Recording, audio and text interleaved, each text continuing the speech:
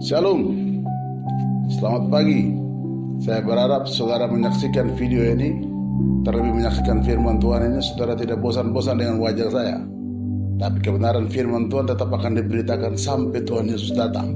Pagi ini kita dengar firman Tuhan dari Mazmur 138 ayat 7 dan 8. Dikatakan di sana, jika aku berada dalam kesesakan, Engkau mempertahankan hidupku terhadap amarah musuhku. Engkau mengulurkan tanganmu dan tangan kananmu menyelamatkan aku. Tuhan akan menyelesaikannya bagiku. Ya Tuhan, kasih setiamu untuk selama-lamanya. Janganlah kau tinggalkan perbuatan tanganmu. Bapak Ibu Saudara yang Tuhan Yesus Kristus kasih, pagi ini saya baca firman Tuhan ini, saya seperti berada di dalam medan peperangan.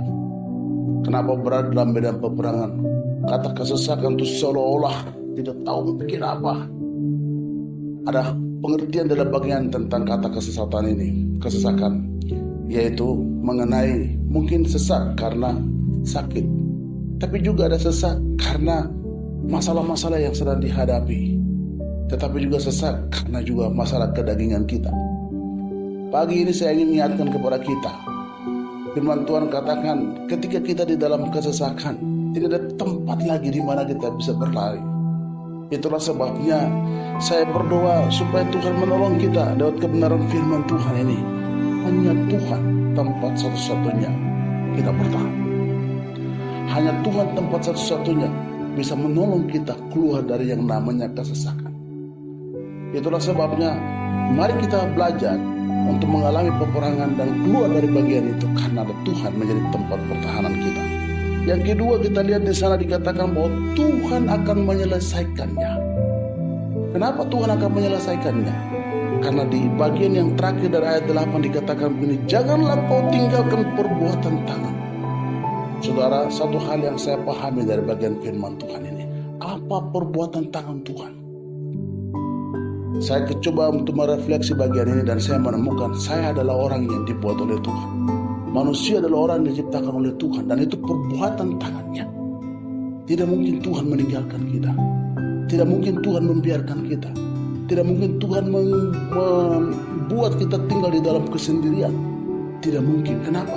Karena ayat ini katakan, waktu kita dalam keadaan kesesakan, Dia ada untuk mempertahankan kita bersama-sama dengan kita.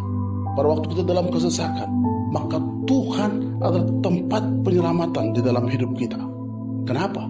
Karena Dia tidak mungkin meninggalkan perbuatan tangannya. Kuncinya satu, karena kita adalah makhluk yang paling istimewa di muka bumi ini. Doa saya di pagi ini, ketika Anda mendengarkan firman Tuhan ini, yakinkan hidupmu. Apapun yang kau sedang alami, tekanan, persoalan, hal-hal yang menyulitkan engkau dalam situasional yang terjadi bagimu, tapi percayalah bahwa Tuhan mampu menyelesaikannya. Dan Tuhan mampu menolong kita, karena kita adalah perbuatan tangannya. Kita adalah biji mata Allah. Tuhan memberkati kita. Mari kita berdoa. Terima kasih Tuhan, pagi ini saya berdoa. Waktu kami di dalam kesesakan, terasa sesak hati karena mungkin masalah, persoalan, bahkan situasi-situasi yang tidak mengenakan. Namun Tuhan selalu ada mempertahankan kita dari setiap kejatuhan kita. Tetapi juga Engkau adalah orang yang tepat di dalam hidup kita untuk menyelesaikan segala sesuatu, karena kasih setiamu untuk selama-lamanya.